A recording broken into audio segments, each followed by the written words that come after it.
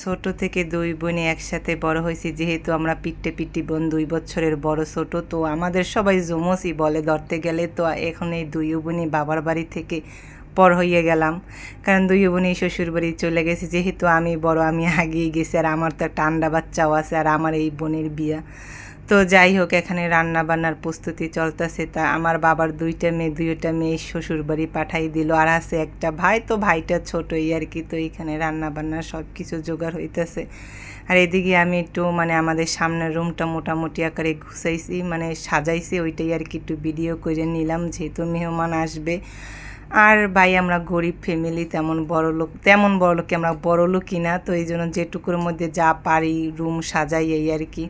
তো আমার মেয়ে সুন্দর চেহারে বসে আর কি রান্না বান্না দেখতেছে সব কিছুর, আর আমি আর কি সুন্দর করে ভিডিও বানাইতেছি। এইখানে আবার সে আচার কিনে আনছে, ওইগুলা খাইতেছে। তো দেখতে দেখতে আমার বাবার দুইটা মেয়েই তো বললাম প্রথমেই যে পর হয়ে গেছে। আর মেয়েরা পর না, পরের বাড়ি যাওয়াই অনেক দূর, আর এই বাড়িটারে আপন বলাই যাবে না, তেমন আপনই না ধরতে গেলে, কারণ এই বাড়িটা হয়েছে এখন বাবার বাড়ি। আসলে যেখানে ঘুমাইতে দিবে সেইখানে ঘুমামো, আবার সময় মতো আবার যেখানে গন্তব্য ওইখানে পৌঁছেই যাবো। মেয়েদের জীবনে এটা, যে বাড়িটারে আপন মনে করছি, যে বাড়িটা নিজের জানতাম, এই বাড়িটা তখন আর নিজের থাকে না। বাবা মা যতদিন থাকবে ততদিন থাকবে, ভাই হয়ে গেলে তো ভারী বেরি, আর ভারী বেরি 100 হাত দূর। তো যাই হোক, 100 হাত দূরই, যে আসবো বেড়াবো, হ্যাঁ ভালো সম্পর্ক থাকবে, ঘুরবো ফিরবো খাবো এইটুকুই।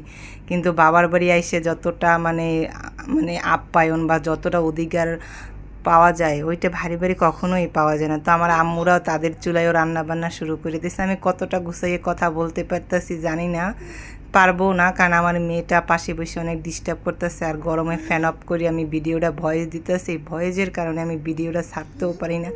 কত স্বপ্ন করে পেজটা খুলছি, ভয়েস দিব, ভিডিও বানাবো, কিন্তু আমার মেয়ের যাতনায় আমি কিছুই পারি না। তো নতুন জামার জন্য অনেক কিছু কিনছে, তার ভিতরে ফাঁকে ফাঁকে যেটুক ভিডিও দিতে পারি আশায় আছি।